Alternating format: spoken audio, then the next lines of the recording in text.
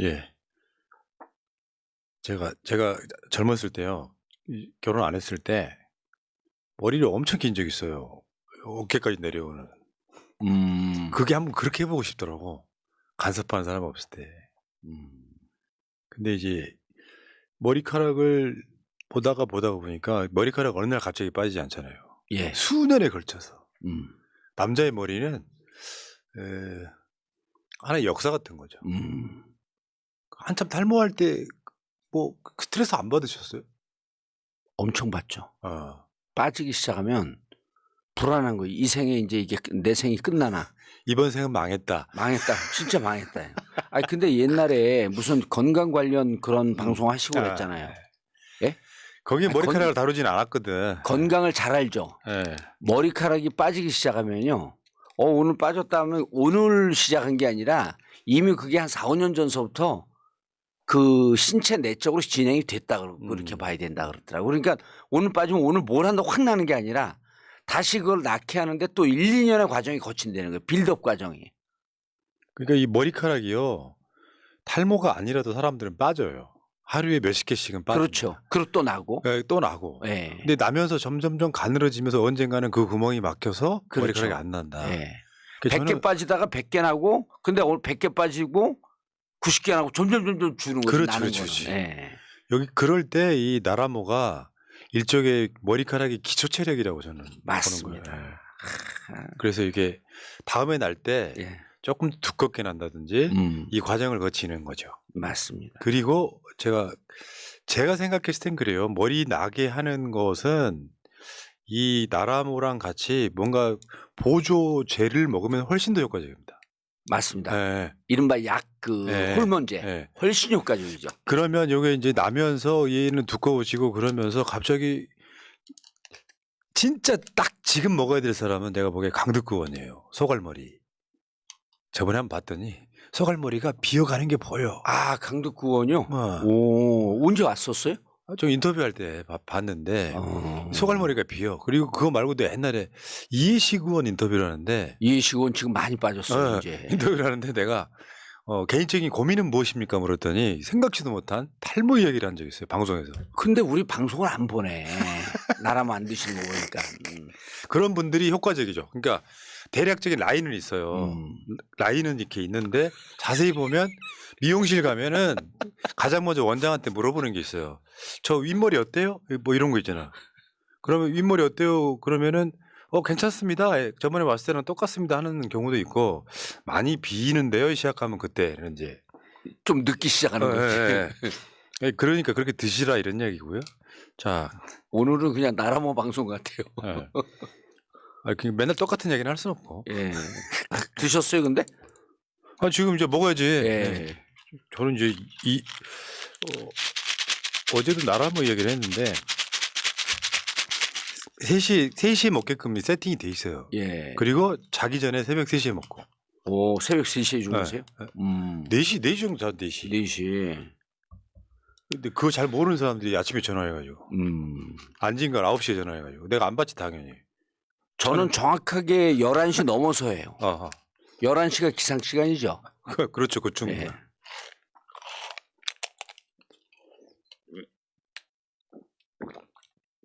그래서 새벽 3시에 하나 먹고, 오후 3시에 하나 먹고, 지금은 약 먹는 시간이에요. 이것도 마약 단속하려나? 네. 이거 약인데. 아니, 동생분은 잘 드시고 계신데. 예. 근데 이제 그게 효과가 뭐 당장 하루 이틀에 나오는 게 아니니까. 그렇죠. 한 3개월쯤 지나면 이제 그래도 뭔가 이상해지네 이렇게 되니까. 예. 드셔보시고요, 여러분. 저 집으로 저기 지금 채팅창 상단에 예. www.bjmart.kr 이렇게 주소가 있습니다. 여기를 가셔가지고 회원 가입하시고 저기 가서 저 나라모를 구매해 보시기 바랍니다. 뭐 여기 할인율이 앞에 지금 보이시잖아요. 할인율. 예. 25%, 33%, 40% 이렇게 있는데 구매해 보시길 바라겠습니다. 요즘은 이제 머리카락이 경쟁력이라서 불편하게 지금 일국의 모 장관께서는 이 가발을 쓰고 있는 걸로 추정이 되잖아요. 보통 그 나이 또래 그런 헤어라인이 안 나와요. 근데 가발을 쓰고 있다는 건 그 정도의 재력을 가진 사람이 가발을 쓰고 있다는 건 상당한 탈모가 이루어졌을 가능성이 높아요. 예. 왜냐하면 그 정도 재력 있는 사람들은 머리카락을 심습니다. 근데 그 심을 게 없는 거예요. 그러니까 이게 그렇지. 뒤가 어느 정도 있고 그래야지 앞이 조금만 비어야지 이게 심는 건데 8, 90%가 비어버리면 어떻게 심어요? 그러니까 그 모판 뜬다 그러잖아요. 뒤에 뒤통수에서 모판을 떠가지고 그거를 일정 정도로 쫙 자른 다음에 나머지 예. 뜬 거 나머지를 붙이고 예. 꼬매가지고 붙이고 나머지를 하나씩 이식하는 뭐 그런 기술이라고 하더라고요. 우리 지금 정치 안 하는 중진 중에 장모 의원이 있어요. 음. 근데 그 형님이 심었거든요. 그랬더니 어느 날 갑자기 와갖고 에이씨 괜히 심었어. 그래서 왜요? 그랬더니 심으니까 더 흉측해. 왜냐면 그분도 여기 전체가 없으니까 이걸 듬성듬성 심으니까 더 보기가 싫은 거예요. 그렇지, 그렇지. 그래서 이게 이 작업은 굉장히 오랜 시간이 걸리면서 예. 조금씩 앞으로 당겨오는. 그러면. 그런 그러니까 나라을 느낌인데. 드셨으면 네. 한 1, 2년 아니면 승부가 나는데. 자, 알겠습니다. 자, 저기 그 링크 타고 가셔가지고요, 여러분. 구매 한번 해보시고요. 자, 여기까지 하시고 시옷 기억 이응님, 봉주영, 예. 전해철, 김종민, 서른, 박용진, 김영진이 민생 운운하며 한동훈 탄핵 반대했대요. 강북을 가서 영진이 형한테 봉침 좀 놓아주세요. 딴 데 가면 사람들이 싫어할 거야. 형이 갈 곳은 강북을밖에 없어. 이따 봉주영 방송에서도 보낼 거지만 꼭 제발 부탁해요라고 하셨습니다. 답은 하지 마십시오. 답은 하지 마. 이거는 개인적인 비하인드랄까? 이런 게 있는 거기 때문에 답은 하지 마십시오. 참 고민이 많습니다. 예. 보셨다는 말씀 일단 드리고요. 출발할게요. 자, 아싸. 자, 전혀 다른 시각의 최고급 정치평론, 정치 천재 정봉주 지니어스정 81번째 시간입니다. 지금 제 앞에 정봉주 민주당 교육위원소장 나와 있습니다. 예, 안녕하세요. 정봉주입니다. 우리 의원님 보니까 지방을 왜 일주일에 몇 번 왔다 갔다 해요? 정봉주 TV도 안 나올 정도로? 그렇죠. 지난주에는 출마자 교육이 있었고요. 김비호 위원장 토크 콘서트가 있었고요. 그다음에 김해에서 박사학위 논문 심사가 있었고요. 그러니까 3번 있으니까 왔다 갔다 할 수 없으니까 우리 집사람 가서 거기서 머물면서 저만 중간에 왔다 갔다 한 거죠. 그리고 그러니까 지난주 일주일 동안은 머문 거처가 우리 집이 아니라 부산이었어요. 부산에서 머물면서 여기를 왔다 갔다 한 거죠. 역으로. 그러니까 그러면 어떤 보람이 생겨요?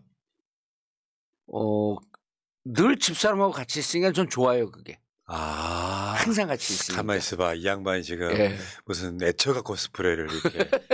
아니, 저는 현직에 있을 때도 해외 출장 가잖아요. 그러면은 같이 가요. 본인 비용으로. 또 같은 제 방에 있으면 안 돼요. 그렇지. 그런 경우 있죠. 국비로 쓰는 거기 때문에 제 방은. 그래서 우리 집사람 방을 얻어놓고 제가 그 방으로 가서 같이 있고. 억울거려 진짜. 왜 이래 형님. 아니 뭐 하기야 뭐 40대밖에 안 됐으니까 예. 아직 떠올라야지. 아니 해외 출장할 때 항상 같이 갔어요. 근데 뭔가 이상하게 저런 이야기를 공개적 방송에서 저렇게. 예. 아니 실제 팩트니까. 예. 그 방은 국비로 나간 방은 그냥 비워두고 예. 사모님 방으로 찾아간다. 스며든다. 처음에는 제 방에 있었어요. 근데 그 위원장이 지적하더라고. 그거 문제 된다 나중에. 예. 야. 그래서 이제 제가 이제 국힘 대표였던 황우여 의원 이분을 좋아하는 이유가 집사람이 같이 온 줄 알고 있거든요. 그 식사할 때 부르면 안 되잖아요. 그러니까 그 식사할 때 그 자리 말고 2차를 자기 자비로 황우여 의원이 자리를 마련해서 그 어부인 오시라고 꼭 초청을 해요. 온 거 같이 온 거 알고 있는데 따로 있으면 안 된다고. 그래서 제가 이제 그 황우여 의원을 인간적으로 좀 좋아하게 됐죠. 항상 오시라 그래. 그냥 같이 식사하고. 그래서 제가 해외 갈 때 같이 갔었다. 이런 전설의 이야기를 드립니다. 아이고 사랑꾼 아이고 참 알겠습니다. 어쨌든 지방 다니시면 그런 재미도 있을 것 같긴 해. 지방 내려가서 왜 내가 사는 곳이랑 다른 어떤 분위기, 음식, 사람들 만나면서 느끼는 일종의 여행 비슷하게 느끼면 직업이 천직인 거고. 뭐 행사나 방송 출연 때문에 여기저기 왔다 갔다 하는 게 피곤하면 천직은 아닌 거예요. 저는 이렇게 다니면 너무 좋아요. 그러니까. 예. 아유. 그렇지. 어떤 분이 박사학위 통과됐습니까? 이렇게 했는데 박사학위 논문 심사는 최소한 5회 받습니다. 이제 1회 지난 거고 앞으로 4회 정도 더 남았는데 첫 회가 제일 중요하죠. 걱정들을 많이 합니다. 제 논문은 이제 노출될 게 뻔하기 때문에 조심해서 잘 써라 이런 얘기를 교수님들이 해 주셨죠. 뭐 하려고 박사를 따요? 김건희도 아니고. 제가 마음에 이제 김건희도 아니고 그거는 맞는 얘기인데 마음에 유일하게 빚이 있는 게 이제 제가 사회운동, 재야운동을 문익환 목사님 가방 모찌로 시작을 했잖아요. 학생운동 하다가. 근데 그분이 그 통일 이론가 아니에요. 그 문익환 목사님한테 통일 이론을 배우고 그때 마음속으로 다짐한 게 시간이 되면 통일 문제에 대해서는 박사학위까지 한번 가보고 싶다. 끝없는 학구열. 예, 그래서 지금 논문이 과가 통일학과고 그리고 이제 논문 제목이 남북 정상회담입니다. 야, 하긴 뭐 지금이야 이 이슈가 죽어 있지만. 예, 그건 꼭 해야 되는 정권 겁니다. 바뀌면은 실제로 통일부를 더 강화시켜서 맞습니다. 남북이 자유왕래를 하게끔 해줘야지. 예. 그 목표도 후손들의 몫인데 지금 윤석열이 좀 저지랄하는 바람에 아유씨. 자, 알겠습니다. 자, 본격적으로 시작할게요. 자, 이 방송은 금요일 저녁에 정봉주 TV로도 송출되고요. 자, 정봉주 TV 계시는 분들 안녕. 자, 시작할게요. 자, 일단 1부에서는 검사 공화국 이야기를 한번 해볼게요. 네. 어저께 이런 보도가 나왔었죠. 조사 불응한 이화영 전 경기도 평화부지사를 검찰이 체포해서 조사하고 있다. 남들이 들으면 밖에 나와 있는 줄. 나 이게 언론이 더 문제예요. 언론이.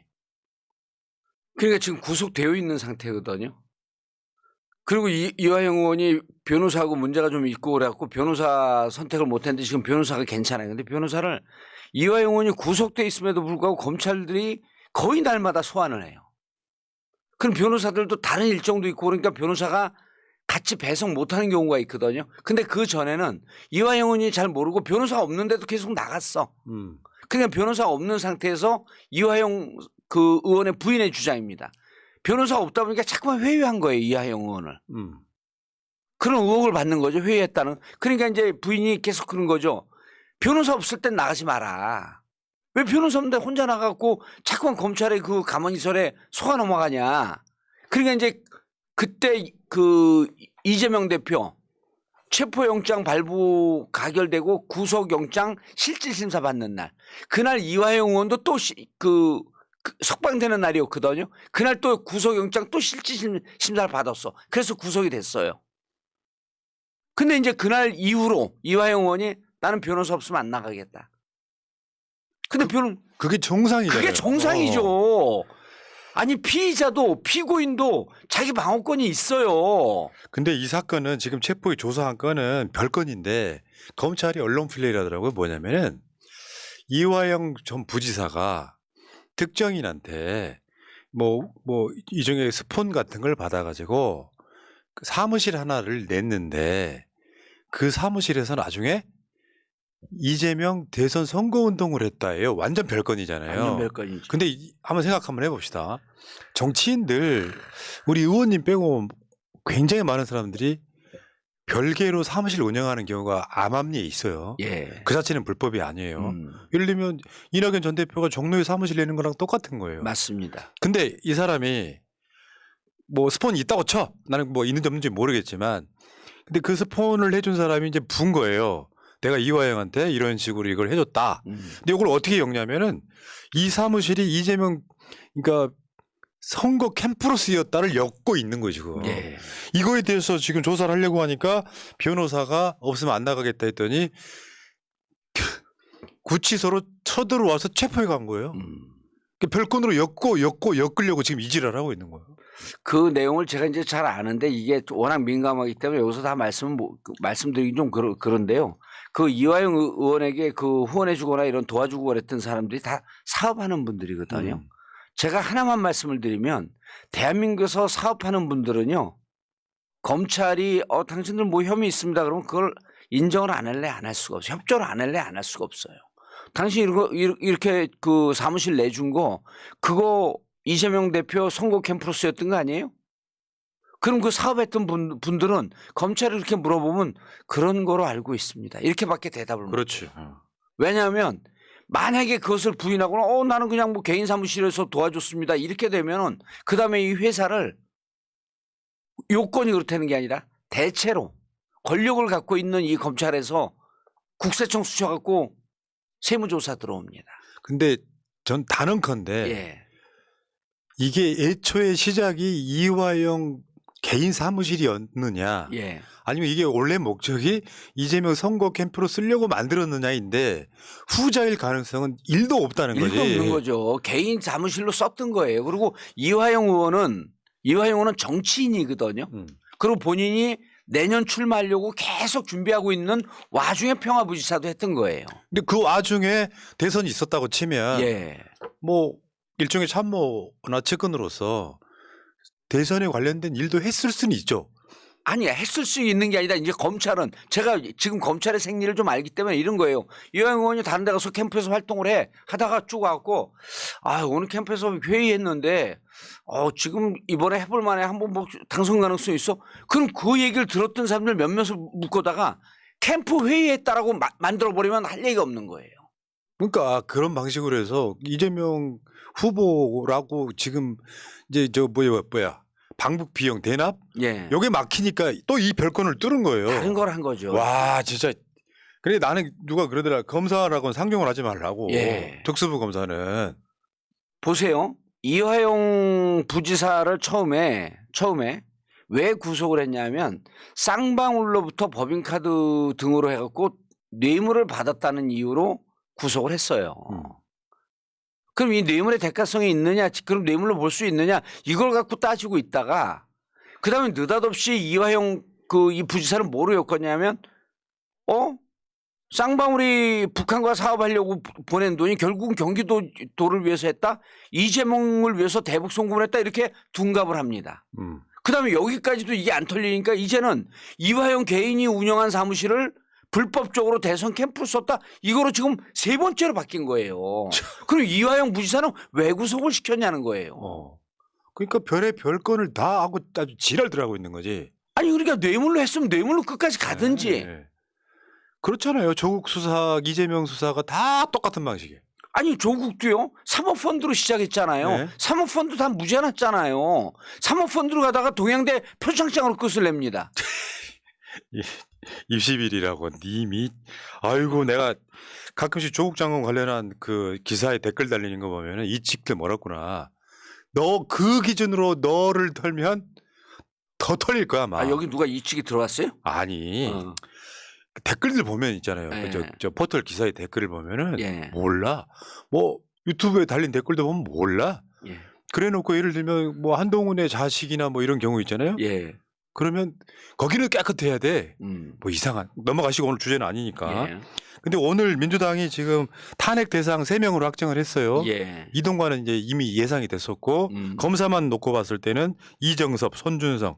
야 우리 봉도사의 역할도 좀 컸다 나 이렇게 봐.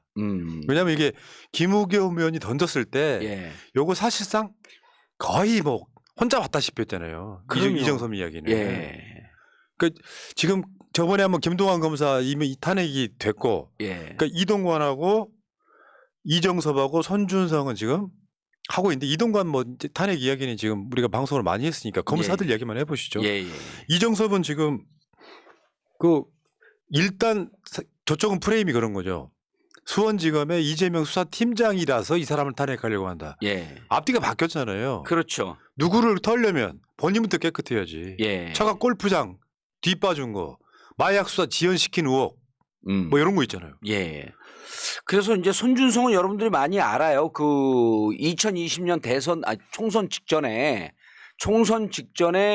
고발장을 이렇게 써라라고 고발장 사주 의혹이 있으니까 이거 워낙 얘기를 많이 했는데 이정섭 차장검사는 실질적으로 저의 공이라고 하기보다는 김우겸 의원의 공이에요.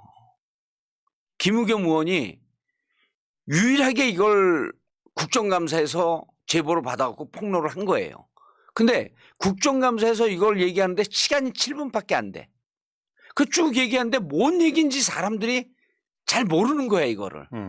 그래서 이제 우리가 이 얘기를 하면서 그 의원들하고도 통화를 했고 이건 그냥 넘어가면 안 된다 해갖고 이제 이정섭은 실질적으로 이제 큰 혐의는 딱 두 개인데 하나는 뭐냐면 자기 처남이 운영하고 있는 골프장에 있는 직원들이 있을 거 아니에요. 직원들의 전과 조회를 해달라 그런 거야. 이거는요. 형의 소멸 등에 관한 법률 위반 이거 그리고 그다음에 그 공무원 기밀 누설 혐의 큰 혐의입니다. 심지어는요. 집행유예도 없는 그 형이 나와요. 이게 인정이 될 경우에는. 그다음에 고건이 하나 있죠. 그러니까 전과 조회를 해줬어. 그다음에 자기가 수사를 하고 있었던 기업에 대관 업무하는 브로커가 있어요. 부회장입니다. 네. 사장입니다. 그 사람으로부터 2020년 12월 24일 날 크리스마스 날 강촌에 있는 스키장을 통으로 빌려갖고 가족들이 거기 가갖고 회식을 해요. 악만파야. 그런데 그거는요. 진짜 재밌는 게 그거는 김영란법 위반 혐의에도 해당하고 그렇지, 뇌물에도 해당합니다. 그렇지, 예. 김영란법 위반은요. 그 6조로 저는 기억하고 있는데 김영란법 위반에 의심이 있으면 즉시 직무배제예요. 직무배제 안 했잖아요. 만약에 수원지검에서 직무배제를 했으면 탄핵까지 안 갔을 수도 있어요. 직무배제 안 해. 그러니까. 왜? 이재명 잡으라고 보냈으니까. 그 직무배제 안 했어요. 그다음 세 번째가 올해 2월 6일, 2월 7일 날 처남이 마약을 하고 부인을 두들겨 팬다 해갖고 부인이 신고를 합니다. 부인이 왔는데 송파경찰서에 수서경찰서가 수서경찰서 왔는데 거기다가 남편이 마약을 했다. 증거까지 됐는데 이 사람들이 그냥 가요. 그냥 가고 난 다음에 그냥 가. 근데 그 사람이 이거 대마한 겁니다. 그러면서 대마한 이거 뭡니까 담배 빠는 거? 이따 그래 대마지 뭐. 예. 그거로 지출하면 그 자리에서 이것은 저거예요. 그 자리에서 체포해요. 근데 그냥 가. 그러다가 한 2달쯤 있다가 그때 머리를 이거 하라 그래요. 근데 요 와중에 이정섭이 전화를 해서 이 사건을 무마했을 것이다라고 하는 의혹이 있는 거예요. 왜냐하면 경찰이 왔는데 가족으로부터 전화를 받고 처남이 이거 영장 없으니까 나 이거 대마 검사에 응하지 않겠습니다 하고 응하지를 않아요. 그러니까 지금 한동훈은 마약을 잡겠다고 저렇게 날뛰는데 이정섭은 자기 처남에 마약 혐의가 있는 것을 덮었다라고 한다면 이거는 그치. 이건 우리가 누굴 도와주는 거냐면 한동훈을 도와주는 거예요. 그러니까 지금 화면에 보이는 게 예. 일단 1차 의혹이 저거였어요. 위장 전입 의혹, 변호사 소개해 준 거, 범죄 기록 조회한 거. 세 번째가 제일 큰 겁니다. 그다음에 이제 예. 검사들 부킹 요청한 거. 요것이 첫 번째 의혹이었고 예. 이게 1차로 터뜨렸던 거고. 1차로 터뜨렸던 거죠. 김우겸 의원이 차마 먼저 못 터뜨렸던 게 그 다음에 나오는 마약 의혹이죠 지금. 예. 그러니까 이 상태에서 지금 그러니까 저쪽은 프레임이 그런 거예요. 이재명 대표를 수사하니까 이정섭을 턴다 이야기하지만 예. 그러면 이재명 대표를 수사하려면 수사하는 검사도 깨끗해야 되잖아요. 그럼요. 지금 당장 윤석열이나 한동훈 탄핵 못하니까 이정섭이라도 궁여지책으로 하는 거라고 보는 게 맞지 사실은. 예. 지금 검찰총장이 누구죠? 정말 존재감 없는데. 존재감 없어요. 근데 어쨌든 검찰총장이 이번에 국정감사에서 뭐라 그랬냐면 우리가 항상 검사들이 비위가 있는지 조사를 합니다. 그러면서 남의 몸에 묻어있는 먼지를 털려면 내 손이 깨끗해야 합니다. 저 정도면요. 똥 묻은 손이에요. 예. 그런데 이번에 그 당에서 이 부분에 대해서 처음에 제가 원내대표하고 통화할 때 탄핵은 신중해야 됩니다. 근데 원내대표가 잘한 게 뭐냐면 법사위 의견을 존중하겠습니다. 이렇게 대답을 해요. 근데 법사위 의원들한테 쭉 전화를 돌렸어요. 그랬더니 김용민 의원의 견해를 존중하겠습니다. 근데 김용민 의원은 이미 검사 탄핵을 한번 추진해 본 경력이 있잖아요. 김용민 의원이 명백하더라고요. 이건 지난번 검사 탄핵한 거에 비하면 이거는 10배 이상 됩니다. 무조건 탄핵입니다. 예. 그러더니 그 다음에 통화했더니 법사위는 탄핵 쪽으로 이미 의견을 모았습니다. 옛날 요 바로 직전에 원내대표 갔잖아요. 그럼 어떻게 하냐면 법사위에서 탄핵 결정을 하든 말든 지가 탄핵하기 하기 싫으면 안 하는 거예요. 근데 지금 홍익표 원내대표 같은 경우는 법사위 의견을 존중해서 법사위가 탄핵해야 된다 그러니까 받아들인 겁니다. 민주당 진짜 잘한 거예요. 그걸 이거 당론으로 결정을 했어. 오케이. 그러니까 지금 이제 우리 이정선만 이야기했는데 손준성 같은 경우는 고발 사주 사건의 핵심이잖아요. 맞습니다. 근데 이자를 윤석열이 승진시켜 버렸어. 검사장으로 그때는 검사장 아니었죠. 검사장으로 승진시켰어요. 이건 국민 전체를 상대로 네. 국민을 들이받고 국민들에게 연맥이겠다는 거였어요. 그래서 이거는 윤석열이 자초한 측면이 있다. 예. 어차피 검사들 뭐 검사장 승진이나 모든 것들이 윤석열 사실상 결재로 시작되는 거 아닙니까? 맞습니다. 그럼 자기는 무슨 의혹만 받고 있는 사람이면 문재인 대통령이 임명한 사람은 다 족족족 나가게 만들면서 예. 수사 중인 피의자, 재판 중인 그 피고인한테까지도 승진을 시키는 자리. 예. 그럼 이건 사실상 이거는 윤석열의 결정에 대한 윤석열 탄핵의 심리적 요건이 있는 거죠. 심리적 이게. 요건이 있고 또 하나 뭐가 있냐면 이정섭은 차장으로 보냈잖아요. 그러니까 요 전에 중앙지검에 있다가 차장으로 보냈는데 차장으로 보낼 때 승진이란 말이에요. 예. 그런데 이정섭 차장이 승진될 때 이거는 이렇게 되는 거예요. 검사는 법무부 장관이 제청해서 대통령이 임명하는 자리입니다. 그럼 이렇게 문제 많은 사람을 누가 제청했어요? 한동훈이 제청한 거 아니에요. 한동훈은 지금 또 뭐까지 운영하고 있어요? 인사정보관리단까지 운영하고 네. 있어요. 그럼 이거는 이정섭을 승진하거나 이정섭에 대해서 징계하지 않은 건 누구 책임이에요? 한동훈 책임이에요. 한동훈 탄핵 사유 엄청 많아요. 한동훈 탄핵 사유가 되는 거예요. 이거는. 네. 이정섭 건을 탄핵을 하면 한동훈을 탄핵 안 하겠다라고 하게 되면 논리의 자체적 모순에 빠지는 겁니다. 그러니까 이 한동훈 탄핵에 대해서는 아직 시간적 여유가 있으므로 예. 칼집에서 칼을 지금 뺄 듯 말 듯만 하고 있는. 예. 그러니까 한동훈 입장에서는 굉장히 몸살이어지는. 그러니까 이 쫄아가지고 탄핵할 때만 하세요 이렇게 되잖아요. 윤석열이랑 똑같잖아. 예. 우리 고등학교 때요. 고2 때로 저는 기억을 하는데 일진도 아닌 애가 애들을 이렇게 패고 다녀요. 그래갖고 이제 그 전설의 일진들 또 몇 명 있을 거 아니에요. 걔들이 불러갖고 이제 전설의 일진이다. 자기 학교 애들 두들겨 패면 그건 양아치 일진이 아니거든요. 그때 당시에는. 그럼. 그때는 약간 오늘날의 일진하고 좀 달라요. 자기 학교 애들 보호했어 원래. 맞습니다. 공부 잘하는 애들. 그래갖고 그 2학년 고 애들 불렀어요. 야, 너 왜 이렇게 애들을 패고 다녀? 그러면서 이제 등치 이만하고 운동하던 애들이 얘를 때리려고 그러니까 벼랑한 애가요. 눈이 뒤집어지는 거야. 한 번도 얘는 맞아본 적이 없는 거야. 패고만 다닌 거야. 그때부터 거품을 물더니 야, 이 쉐이들아 날 때리려면 빨리 때려. 왜 안 때려 니들. 그러면서 그냥 거기서 쉽게 여기서 전문용어로 난장을 부리는 거예요. 그래서 우리가 제가 마약을 한 것 같다. 왜 저렇게 난동을 피우지? 근데 그 모습이 지금 모 장관한테 그걸 느껴요. 나 탄핵하려면 빨리 해라. 그래서 막 오바를 하잖아요. 똑같아요 지금. 윤석열도 똑같은 말 했잖아 지난주에. 하려면 해라 탄핵. 이거는 뭔가 평생 남 때려보기만 하던 사람이 맞을 때가 되니까 광기를 부리는 거예요. 예. 근데 윤석열이 실정 때문에 예. 윤석열을 탄핵하든 한동훈을 탄핵하든 손준성을 탄핵하든 이정섭을 탄핵하든 저쪽 표가 한 표를 뭉치면 이쪽 표가 두 표 뭉치는 그 효과를 주는 그런 아젠다들이 다 똑같아요. 맞습니다. 이 검사 탄핵은요, 국민들이 여론조사 한번 해봐야 돼. 이거는 제가 보기에는 윤석열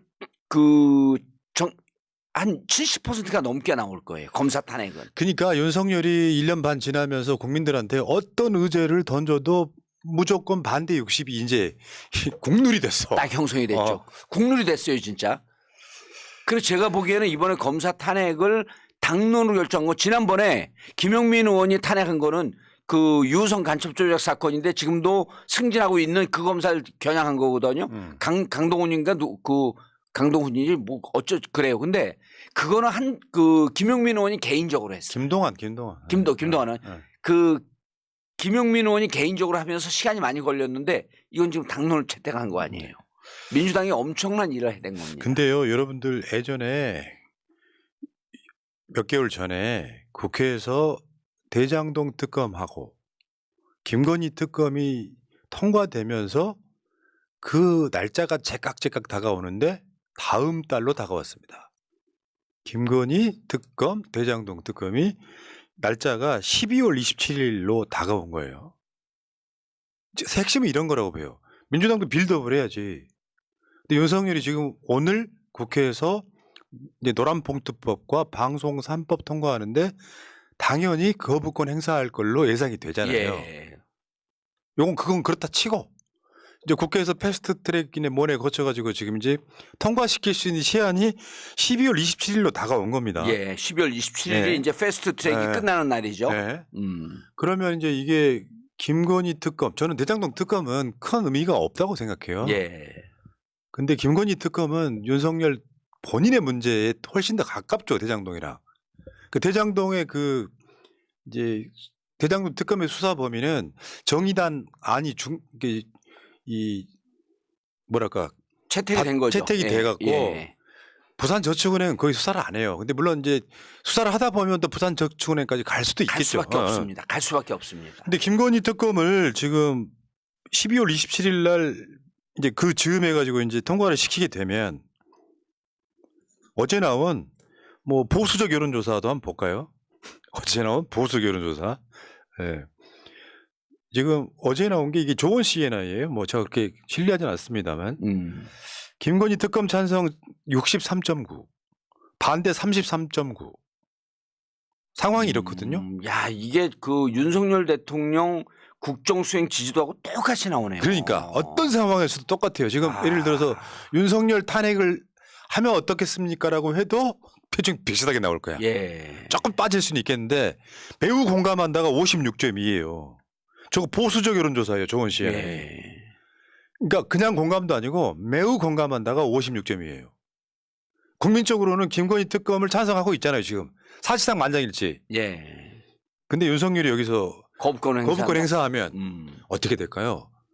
얘네들이 지금 뭐 공매도네 무슨 김포네 막 빌드업 엄청 하고 있는데 예. 한순간에 이 이슈가 다 덮겠죠. 근데 저는 진짜 저는 이제 역으로 생각을 해보면 윤석열 대통령이 어떻게 거부권 행사할까 좀 그림이 잘 안 그려져요. 왜냐하면 이게 패스트 트랙을 세웠어요. 그리고 그 특검이라고 하는 거, 특검법이라고 하는 게 이렇게 되는 거거든요. 그 2명의 특검을 추천을 해서 그 중에 1명을 대통령이 임명하는 거예요. 그러면은 아니 2명을 할 때는 항상 여권 성향, 그러니까 국힘 성향도 있고 민주당 성향도 있고 2명을 그렇게 올릴 수밖에 없습니다. 근데 국힘 성향이든 민주당 성향이든 진보 성향이든 보수 성향이든 약간 객관적이고 중립적인 것을 지킬 걸 기대하는 사람들을 올리거든요. 예를 들었고 박영수 특검 그 이후에 문제를 많았지만 박영수 특검 당시에 민주당이 올린 거 아니에요. 그렇지. 그거 민주당이 올리지 않고 국민의당에서 올렸습니다. 국민의당 경향성에서. 그래서 민주당과는 배치됐지만 결국은 박근혜를 구속시키는 쪽으로 갈 수밖에 없었는데 2명을 올려요. 2명의 특검을 올리는데 거부권이라고 하는 건 이런 겁니다. 나 둘 다 임명 안 할래. 국회에서 통과된 거거든요. 네. 둘 중에 1명 임명하라고 둘 다 올려본다. 나 둘 중에 아무도 임명 안 해. 이건 거부권이 아니라 그냥 깽판을 치는 거예요. 그럼 난 거부권을 도대체 어떻게 행사할지. 근데 의원들한테 물어봤어요. 아니 거부권을 어떻게 행사한대? 1명은 국힘 경향성에 올라갈 텐데 그 사람 임명해야 되는 거 아니야?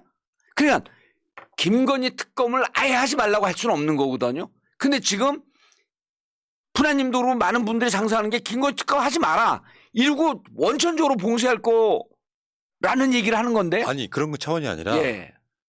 윤석열 입장에서는 정말 처리하기 매우 곤란한 최고의 난제가 앞에 최고의 놓인 난제죠. 거예요. 이걸 어떻게 하겠어요? 결국은 임명을 할 수밖에 없다는 거예요.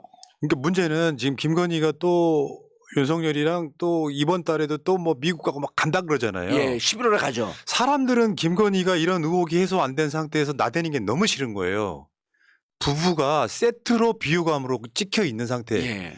거기다가 한동훈까지 포함되어 있는 상태란 말이죠. 이 상태에서 윤석열이 거부권 행사하는 이유는요. 여야 간에 합의가 안 됐다라는 명분으로 거부권 행사하고 있거든요. 민주당은 합의를 이렇게 해줄 가능성이 있어요. 둘 다 국힘 성향의 특검을 올릴 수 있습니다. 그래도 돼요. 아까 그래프 다시 한번 보여줘봐요. 예. 2년별 특검 찬반이 또 있거든요. 예.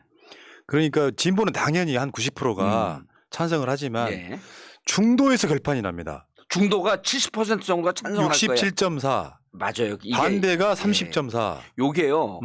그 제가 이제 요즘 꽃하고 방송을 가끔씩 하잖아요. 근데 꽃하고 예, 털 많은 꽃. 예, 중도에 중도가 이미 이렇게 성향이 바뀌었어요. 중도가 보통 우리나라 중도는 6대 4로 보수 쪽으로 경향이 쏠려 있습니다. 근데 지금 중도는 윤석열 대통령이 등장하고 난 다음에 6대 4로 진보 쪽에 우세하거나 7대 3으로 진보 쪽에 우세해집니다. 그러니까 이렇게 딱 나오는 거예요. 근데 제가 이 방송을 쟤들이 봅니다. 제가 확인을 했어요. 100% 본대요. 많이 봐요. 많이 봐요. 그래서 제가 방법을 알려드릴게요.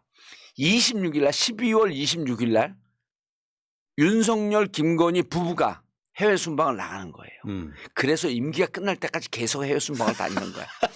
이게 특검을 거부할 수 있는 유일한 길이에요. 들어오지 말고 2년 반 동안 3년 동안 계속 다니면 돼요. 그러니까 윤석열 입장에서는 김건희 특검이 올라올 때 어떻게 해야 되는지를 굉장히 많이 고민할 수밖에 없는. 왜? 예를 들어서 거부권 행사했다. 총선 끝나는 거고요. 예. 제가 항상 말씀드립니다. 근데 만약에 윤석열이 지지율을 좀이라도 올리고 싶다면 김건희를 구속시켜야 된다는 게 제 주장이에요. 그러면 보수가 결집하게 돼 있어요. 예. 이걸 어떻게 처리할 거냐. 그리고 구속시키잖아요. 그럼 동정표도 모여요. 그렇긴 한데 문제는 윤석열이 김건희는 아무 문제 없다 같은 걸로 계속 돌리면서 사실은 장모 문제. 예. 장모는 사기를 당했다 피해자라고 이야기를 했고 10원 한 장 받은 적 없다고 이야기하고 부인에 대해서도 마찬가지거든요. 그러니까 대선에 어떤 명분이랄까 정통성이 또 깨지는 쪽이에요. 김건희 특검을 받아들이기 시작하면. 그래서 이게 윤석열 입장에서는 정말 골치 아프게 이걸로 스트레스 어마어마하게 받겠구나 이런 생각을 해봤죠. 김건희 특검이 그 통과가 되는 순간에요. 이거는 실질적으로 내용적으로 윤석열 탄핵입니다. 그렇지. 예, 윤석열 탄핵이에요. 이게 만약에 야권 민주당 포함해가지고 뭐 저 3분의 2 이상의 의석을 얻는다면 이건 다 무사 다 통과하잖아요. 그 시나리오는 뭐냐면은 이건 이거고 이제 총선 앞에 있는 일종의 윤석열이 결단해야 될 이 이슈이긴 한데 만약에 뭐 3분의 2 이상 의석을 얻는다면 이게 만약에 거부권 행사가 된다고 쳐봐요. 3분의 2 이상 의석을 얻는 순간 이제 거부권 행사를 못 하는 데다가 이제 이게 특검이 시작되고 결정적인 비리 혐의가 딱 나오면 그 자체가 탄핵 사유가 돼버리거든요. 그러고요. 그러고요. 우리가 그 지금 날뛰고 있는 검사들이 있잖아요.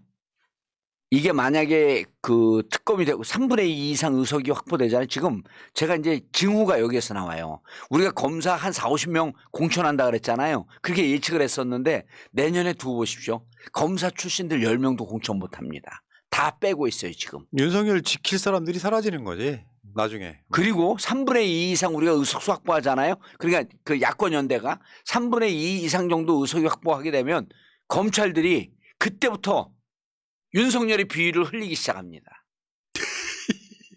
아주 원래 그런 집단이에요. 역사의 순리지 뭐. 예. 원래 뒷박치는 집단이에요. 네. 자, 상황이 이렇습니다. 그래서 지금 이제 뭐 이정섭, 손준성 아까 그 김동완이 아니고요. 안동환 검사예요. 안동환. 가훈학 듣보잡이라. 전 이정섭 그 이 탄핵 들어간 거 너무너무 그 박수를 치고 싶어요. 실제로 민주당이 이게 한 1년, 2년 전에 이렇게 했으면 정권 안 뺏겼다. 그러면 그리고 지금 지지율 70%가 있어요. 민주당 지지율. 예? 그놈의 역풍. 역풍 없어요.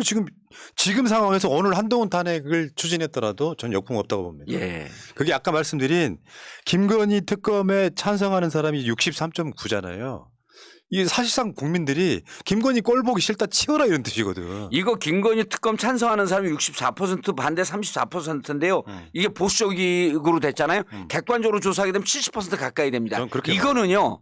지금 검사 탄핵안 올린 거에 대해서 탄핵안에 대해서 동조하는 것과 똑같아요. 이 비율이. 근데 지금 헌법재판소가 이런 비리 검사들을 탄핵도 안 시킬 이유가 없어요. 이거 이상민 탄핵과는 또 달라. 다르죠. 완전히 다르죠. 이상민은 판사 출신 아니에요. 그리고 판사들이 기본적으로 검사들에 대해서 불신이 깊어요.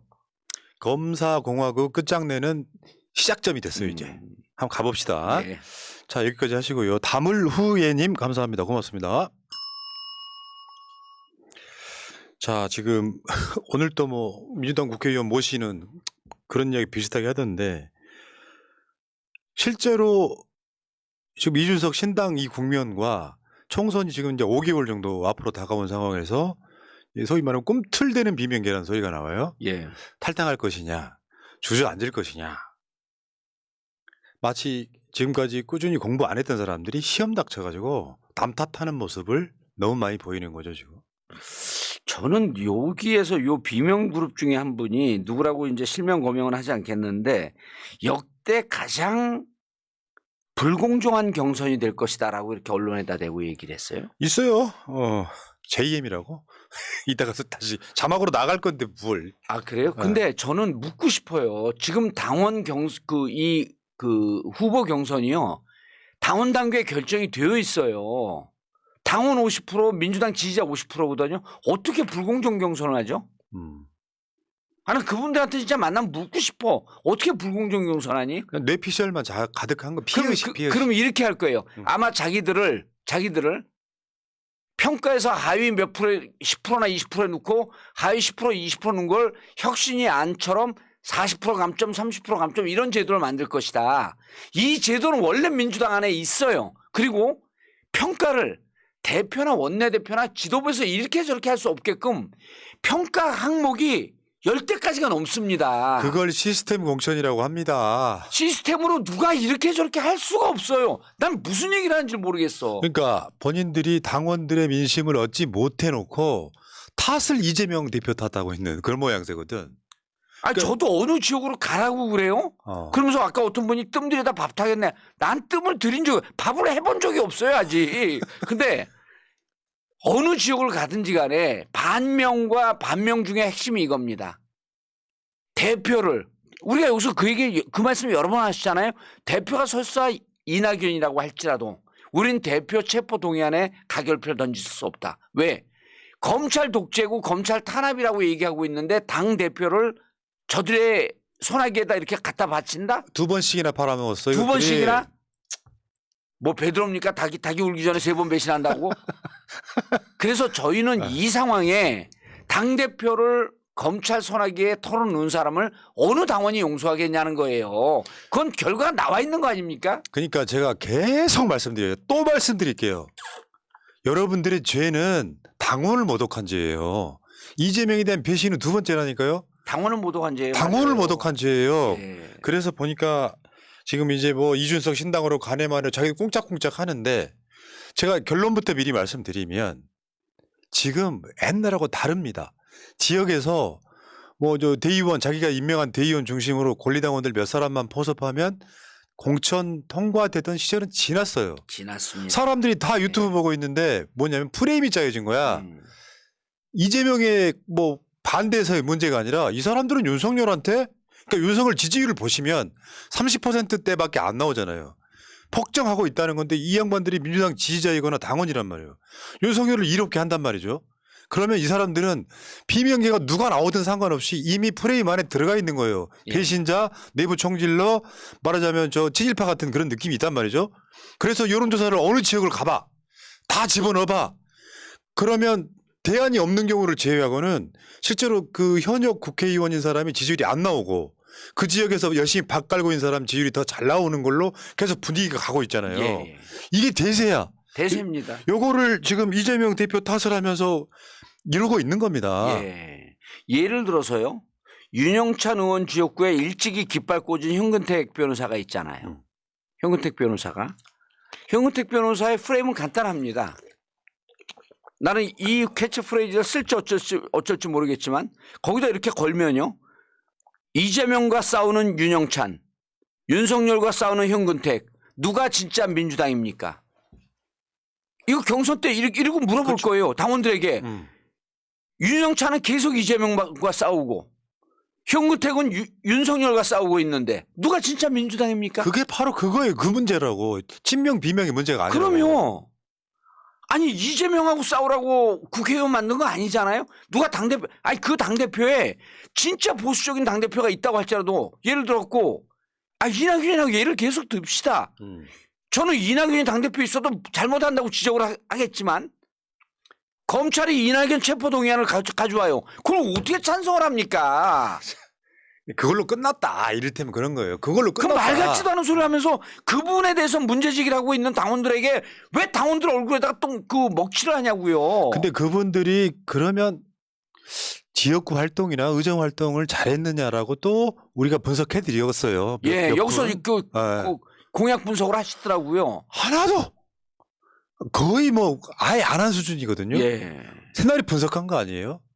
뭐 여러 가지 저 싱크탱크들이 5개가 붙어서 분석한 거예요. 예. 어쨌든 그런 상황이고 그렇다 보니까 지금 뭐 이상민 의원 같은 경우는 뭐 이준석을 만났다 그러고 한 달 내에 거취를 결정할 거라고 그러고 거취요? 집으로 가요 그냥 뭘 거취 결정을 해. 참. 이분이 이상민 의원이요. 2004년 17대 때 열린우리당으로 국회의원이 돼요. 그리고 2008년에 열린우리당이 인기가 안 좋으니까 그때 자민당으로 가요. 예? 선진당. 자민당이라뇨. 아, 일본까지 가지는 않았지. 자민당 죄송합니다. 자유선진당. 아, 예. 자유선진당 맞나요? 이름도 하도 바뀌었고 어쨌든 네. 충청도 정당으로 가고 또 국회의원이 돼요. 그리고 2012년에 다시 민주당으로 옵니다. 제가 에피소드 얘기해 드릴게요. 그때 2012년에 당대표 누군지 기억하시죠? 한명숙 총리. 근데 한명숙 총리가 충청도 당으로 갔다 탈당을 했다가 온 사람을 복당 허용을 안 하겠다 그랬어요. 그러니까 자기 복당을 좀 받아줘라 하면서 민원을 넣어요. 이상민 의원이. 어디다 민원을 넣냐면 홍성 교도소에 살고 있는 저를 찾아와갖고 정 의원 나 복당 좀 받아주라고 한명숙 총리 대표한테 얘기 좀 해줘. 아 교도소 살고 있는 징역 살고 있는 저한테. 생각해볼게. 예전에 정봉주 TV 초창기 때 전국구 할 때 출연한 적도 있죠. 많이 출연시켰죠. 아 그때는 개혁적이었었어요. 그러니까 변했어 사람이. 아 옛날에 정세균 대표가 좀 보수적으로 갈 때 정세균 대표가 막 들이받고 싸웠다니까요. 혁신적이라고. 근데 국회의원 5번 하니까 그렇지. 네. 이렇게 고인물 되는 거예요. 기득권층 되는 거고. 네.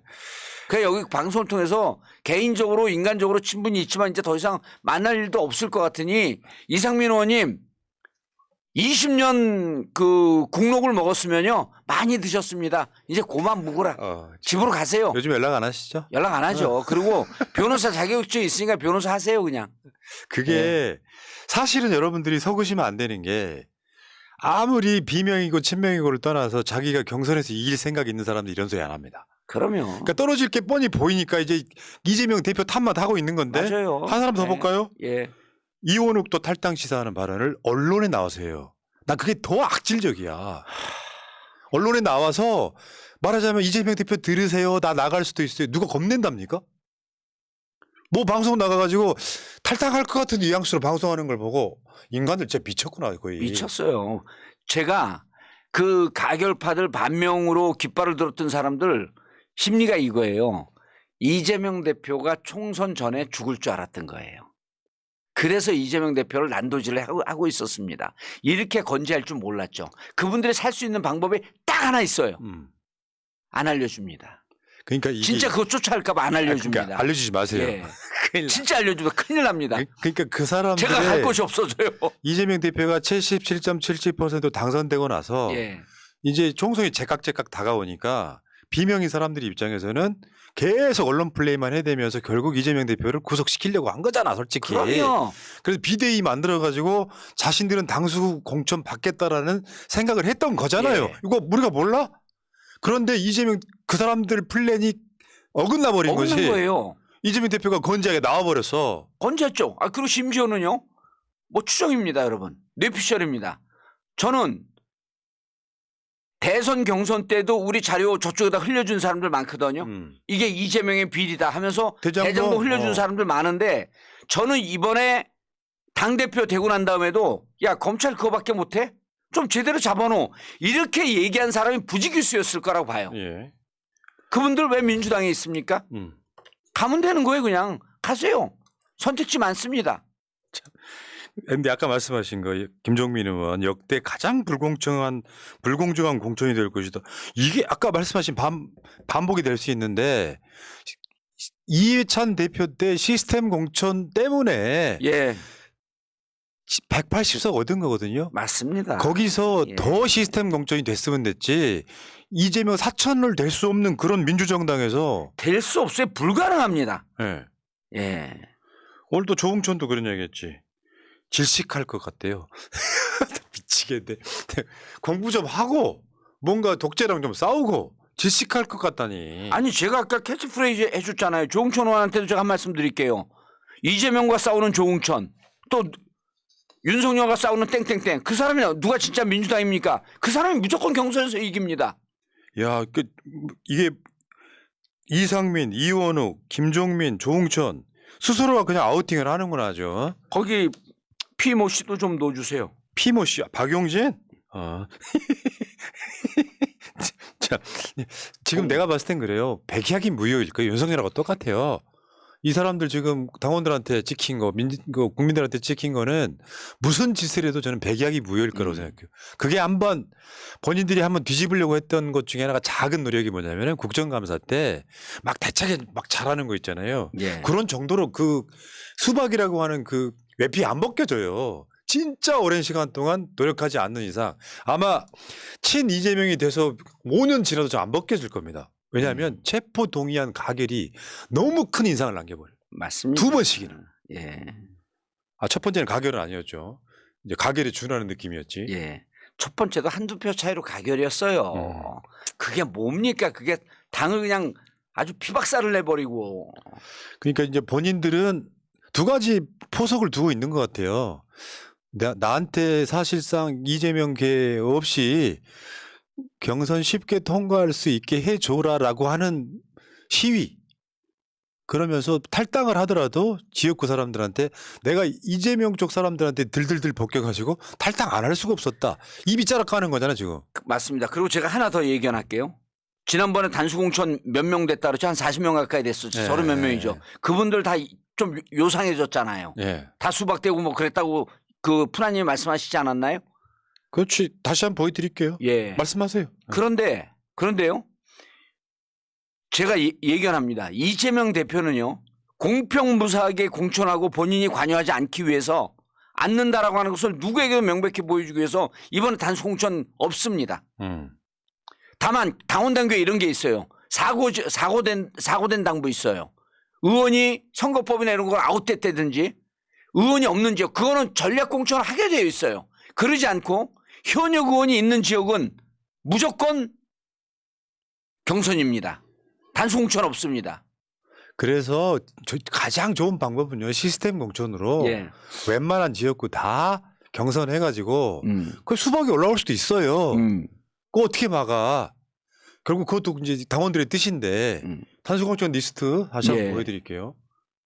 이분들이 지금 자기 기득권 때문에 이재명 탓하면서 지금 오지게 분탕질하고 있는 거예요. 지금 아까 읽어드린 그런 분들이 전해철, 홍영표, 송갑석, 이원욱, 박광원, 박용진, 김진표, 김철민, 신동근 여기까지. 물론 여기 수박 아닌 분들도 있기는 해. 묘하게 일치하네. 예? 네. 묘하게 일치하네. 어떤 지역 상황이나 여러 가지 이유로 단수공천된 분들도 있어요. 저기 계시는 분들이 다 수박이라고 생각하지는 않는데 반격파. 근데 묘하게 일치를 한단 말이야. 기가 막히다. 이야. 참. 그러니까 결국은 그런 거죠. 경쟁하지 않는 자 도태될 수밖에 없는데 나는 경쟁하지 않을래 저러고 있는 거고요. 예. 그런데 딱 이 시점에 이준석이 튀어나온 거죠. 예. 근데 관심을 받아. 여론조사를 봤더니 이준석 신당이 막 19% 이렇게 나와. 예. 그러니까 이제 이걸 무리하게 엮기 시작하는 거죠. 이준석 신당으로 가느냐 마느냐. 그러니까 아까 이상민 의원이 뭐 그 이준석과 만났다. 그것도 본인이 요청했다는 거 아니에요? 예. 한 달 내에 거취를 결정할 생각이다. 참 당원 기는 거 쉬워요. 이분들은 보면. 이렇게 말하면 해당경이 아닙니까? 해당이죠. 네. 예. 그러면서 일종의 시간을 텀을 두면서 나 좀 붙잡아줘 이런 이야기 하는 거 아니에요? 맞아요. 그냥 야. 지금 탈당할 분들은 이런 거예요. 이제 이분들의 제가 국회의원 해봤잖아요. 이분들의 목표는요. 대의 명분도 없고요. 신념도 없고 가치도 없습니다. 본인이 당선되는 길만 꿈꿉니다. 그러면 민주당에선 경선하면 질 것 같아? 근데 경선하고 진 다음에 가면은 몸값이 떨어져요. 경선 전에 갈라 그러겠죠.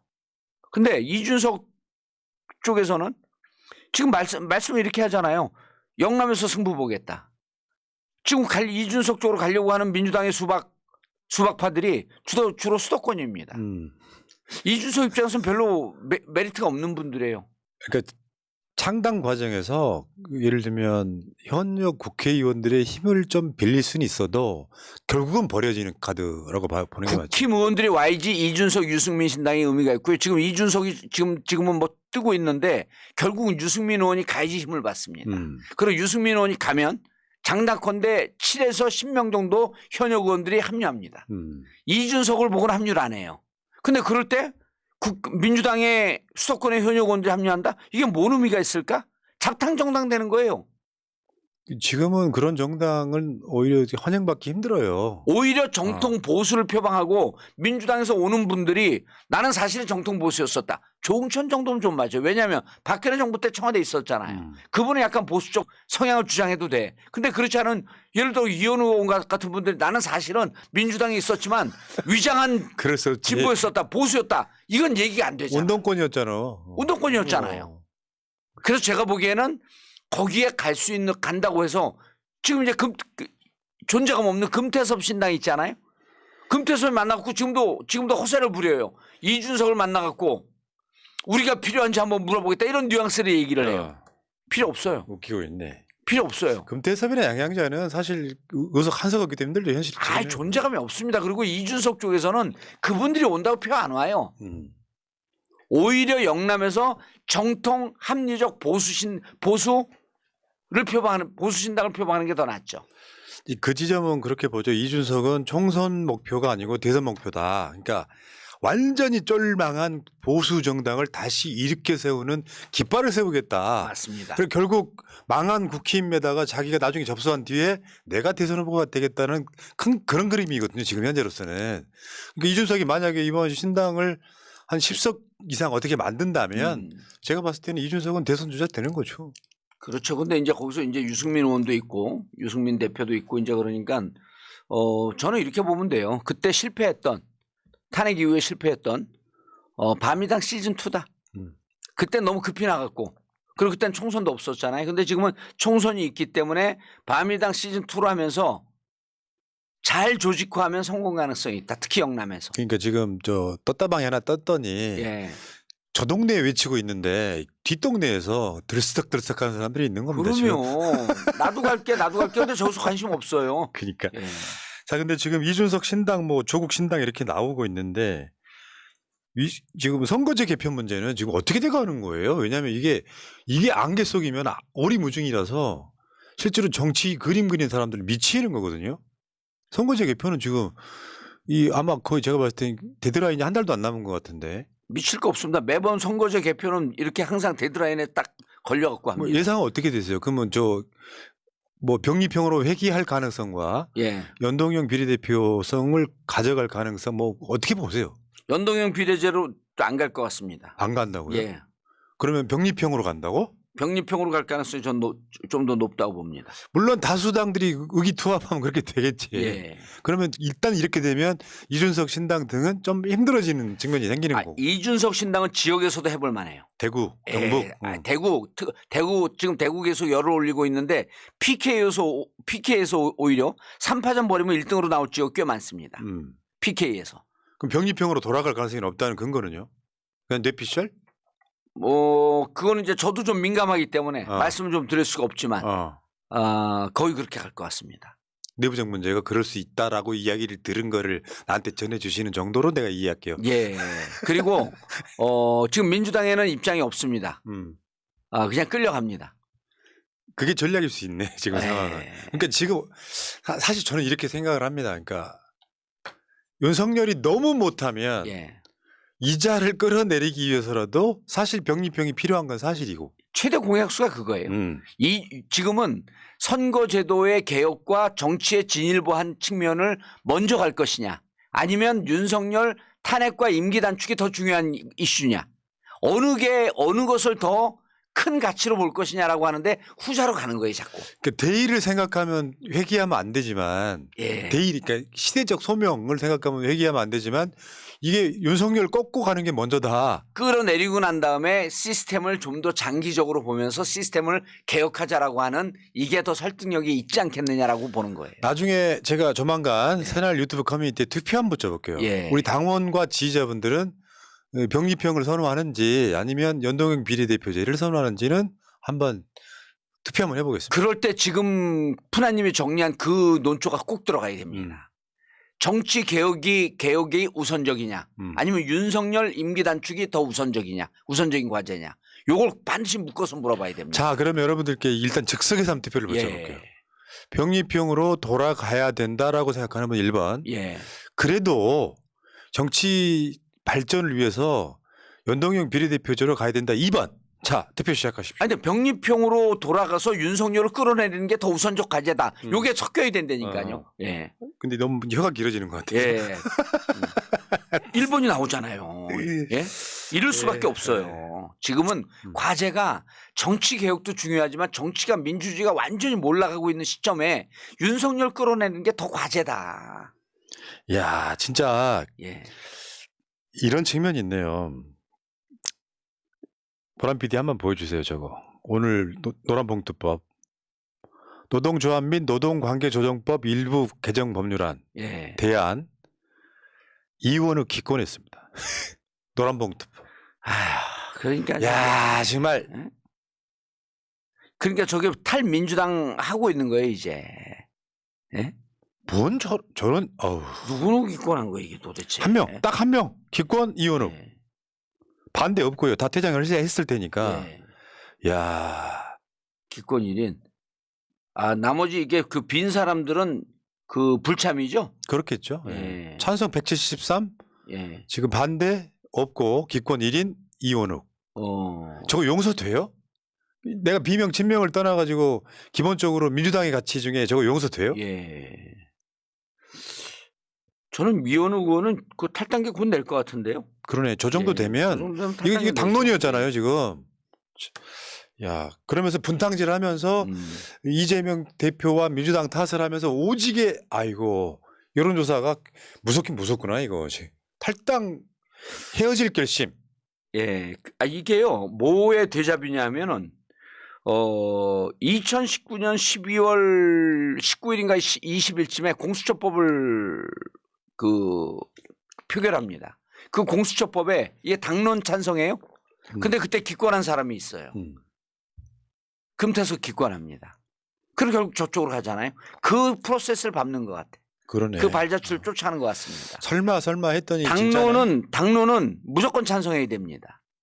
야. 당론에 기권하게 되면 이거는 윤리위 징계 사항이고요. 그리고 당을 떠나든지 하면 됩니다. 본인들이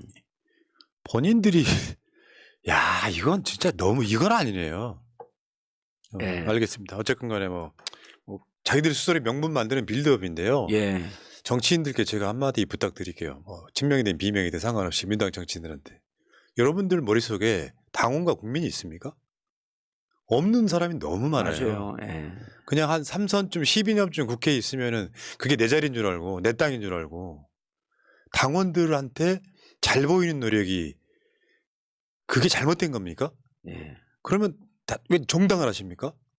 그래놓고 지금까지 봐서 당대표를 지키는 노력이나 독재와 싸우는 노력을 하지 않고 거기에 대한 비판이 쏟아지니까 이재명 탓을 하면서 지금 저런 식으로 지금 이름 다시 한번 불러드릴까요? 오늘 지금 밖으로 나오신 분들 이상민, 이원욱, 김종민, 조홍천, 박용진 뭐 등등등 이 사람들 아니 당원이 중심이 돼야 되는 거예요. 지역구에 자기 찍어주지도 않을 노인정 어르신이 여러분들의 지지자가 아니고 대한민국 사회의 개혁을 바라는 민주당 당원들이 여러분들의 지지자였다는 사실을 내가 너 그렇게 하라고 찍어준 게 아니라는 그 분노심의 어떤 분노의 표현을 배신으로 되돌려주는 이자들은 저는 명백하게 이번 공천에서 배제해야 된다고 생각합니다. 예. 그리고 이제 아까 우리 그 병립형 연동형은 이제 더 이상 주제 넘어간 건가요? 이제 더 이상 얘기하면 안 되나요? 뭐 하고 싶은 이야기 있습니까? 이런 거죠. 이제 야권 연대라고 이탄희 의원이 방송 나와서 표현을 했어요. 근데 이제 제가 뭘 찬성한다가 아니라 이제 저는 현실을 그때 닥칠 현실을 이제 미리 보여드리면 이렇게 됩니다. 연동형으로 가면요. 그리고 위성정당을 민주당이 안 만들면요. 그럼 위성정당 금지법을 같이 발의할 거 아니에요? 그걸 안 만들게 되면 민주당이 지역구에서 다 합해갖고 한 155석, 160석을 정도밖에 못한다고 치면 예를 들어갖고 가상입니다.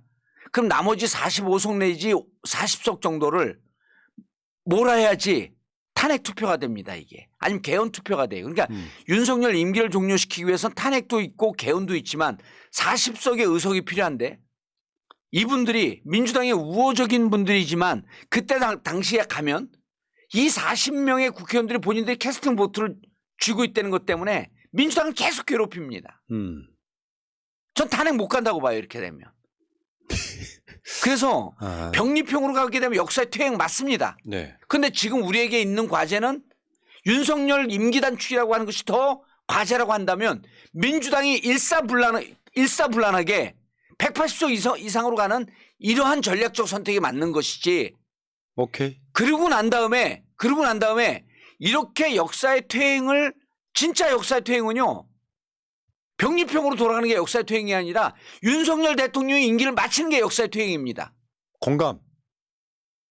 이런 얘기를 같이 해줘야 돼요. 알겠습니다. 어쨌든 간에 이 부분은 굉장히 예민한 문제라서 민주당도 지금 입장 정하기는 어려울 것 같은데 이제 우리 의원님 촉으로는 병립형으로 갈 것 같다. 왜? 예.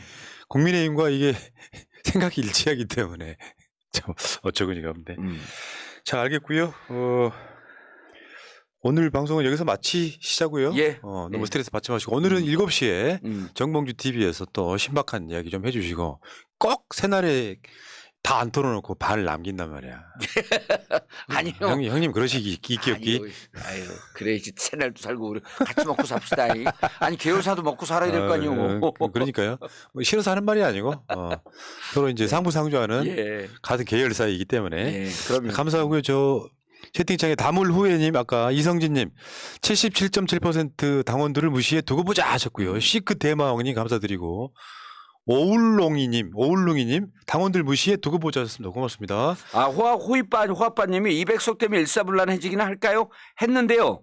만약에 이번에 정봉주가 들어가면 군기반장이 생깁니다.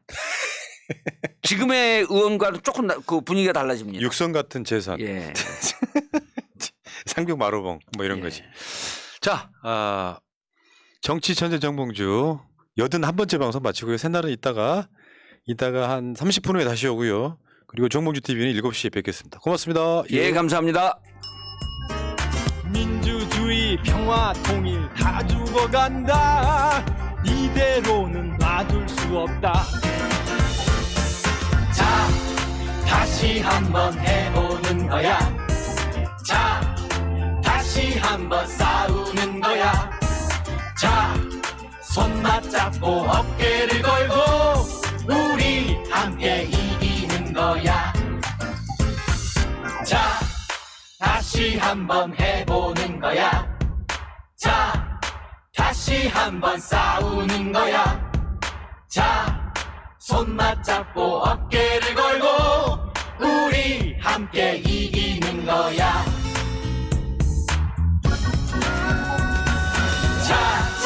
다시 한번 해보는 거야. 자, 다시 한번 싸우는 거야. 자, 손 맞잡고 어깨를 걸고 우리 함께 이기는 거야. 자, 다시 한번 해보는 거야. 자, 다시 한번 싸우는 거야.